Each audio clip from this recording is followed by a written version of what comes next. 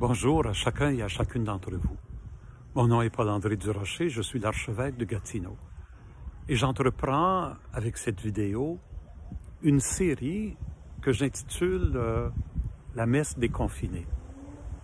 Évidemment, dans le contexte où nous sommes, alors que nous attendons le déconfinement de nos églises, dans le contexte de la pandémie du coronavirus, le titre prend un certain sens.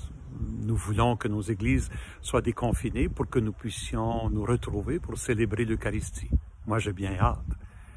Mais il y a une deuxième raison pour le titre de cette série que je vous expliquerai dans la prochaine vidéo.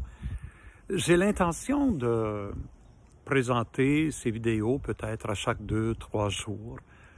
J'ai l'intention aussi qu'elles ne soient pas très longues, quelques minutes chacune. J'espère pouvoir explorer les divers rites de la messe à partir d'une perspective particulière que je vous présenterai aussi. Mais pour aujourd'hui, j'aimerais commencer en vous racontant une petite histoire. Quand j'étais jeune prêtre, je m'étais retrouvé au chalet chez des amis.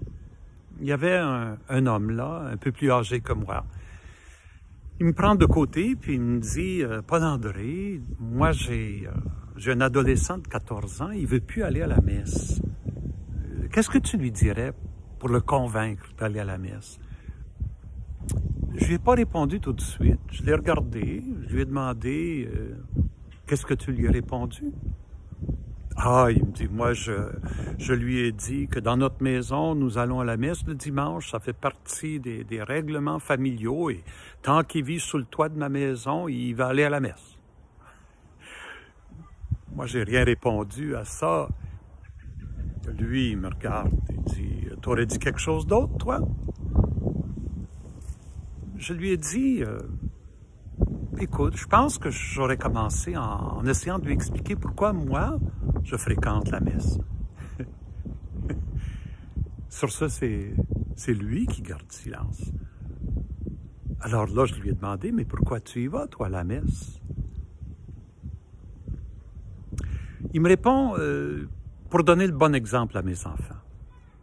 Moi, je ne l'ai pas laissé passer, hein? Je lui ai dit, comme ça, si tu n'avais pas d'enfants, tu ne fréquenterais pas la messe. Et après un instant de réflexion, il me dit, je ne suis pas certain. Sur ce, moi, je lui ai dit, peut-être ce serait important que toi, tu réfléchisses à ta raison de fréquenter la célébration eucharistique avant de commencer à vouloir en faire un règlement pour tes enfants. Parce que si l'Eucharistie n'a pas de sens pour toi, comment veux-tu qu'elle ait du sens pour tes enfants? Moi, je vous raconte cette histoire-là pour vous inviter à y réfléchir. Pourquoi vous fréquentez la célébration eucharistique? Si vous êtes une de ces personnes qui a hâte que les églises soient déconfinées, qu'on se retrouve ensemble pour célébrer l'Eucharistie, mais pourquoi?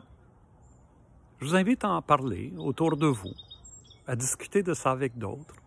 Essayez de sonder ça un peu. Peut-être qu'il y a une réponse qui va vous venir rapidement, mais ça vaut la peine d'y penser, de creuser la question. Et avec notre prochaine vidéo, nous prendrons le temps d'y répondre un peu, ensemble. En attendant, je vous souhaite une bonne journée et que le Seigneur vous accompagne.